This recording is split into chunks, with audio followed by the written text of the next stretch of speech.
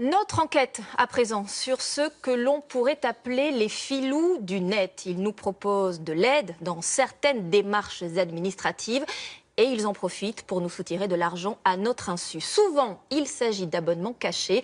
Alors comment ne pas se faire piéger? Comment repérer les sites frauduleux? Margot Subra-Gomez, Pascal Caron ont rencontré une victime de tromperie en ligne avec notre bureau à Lyon. On l'appelle familièrement la paperasse. Des formulaires à remplir, des cases à cocher, des dossiers à signer. Les documents administratifs accompagnent les Français au quotidien. Pour certains, c'est un casse-tête. Alors sur Internet, des sites promettent de leur faciliter la tâche. Mais à quel prix?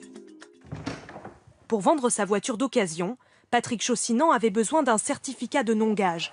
Un document gratuit en préfecture qu'il a choisi de commander sur Internet pour une somme symbolique. Vous voyez, votre certificat de non-gage pour 1 euro. Pour 1 euro, si vous allez à Saint-Étienne, vous vous garez ou quoi que ce soit, vous avez le temps d'aller à la préfecture et tout, vous n'en avez pas plus d'1 euro. Donc là, pas de problème. Sans le savoir, Patrick Chaussinan vient de s'abonner à un site payant. Il ne s'en aperçoit que quelques semaines plus tard. Au lieu de 1 euro, on a été prélevé de 48,90 €. J'ai appelé.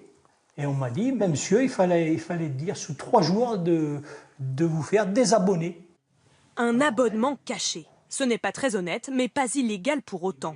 S'il n'avait pas été vigilant, Patrick Chaussinan aurait payé encore longtemps près de 50 € par mois pour rien.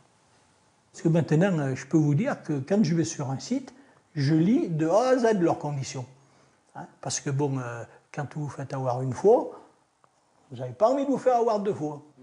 Comme lui, de plus en plus d'internautes sont victimes de tromperies en ligne. Anthony Legros a fondé une plateforme pour les aider. Il a appris à reconnaître ces faux sites officiels, plus vrais que nature. Sur celui-ci, qu'est-ce qu'on voit? On s'aperçoit qu'il y a un drapeau français. On a une petite Marianne, ici, qu'on retrouve. On a un dégradé de bleu foncé, bleu clair, un fond blanc. Ça rappelle les sites gouvernementaux français. Des symboles pour mettre en confiance, mais aussi des techniques déloyales, comme le fait d'écrire les sommes en toutes lettres plutôt qu'en chiffres pour ne pas attirer l'attention. Bien que ce soit finalement des escrocs, quand vous les interrogez, ils vous disent « Ah c'était écrit, vous aviez juste à lire les conditions ».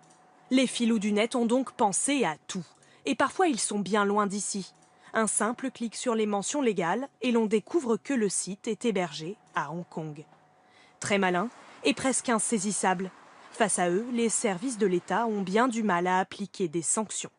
On identifie les sites internet, on remonte jusqu'aux sociétés, jusqu'aux personnes qui sont à l'origine de ces faits et ensuite on engage des poursuites pénales et donc on a un certain nombre de procédures qui sont devant les tribunaux actuellement.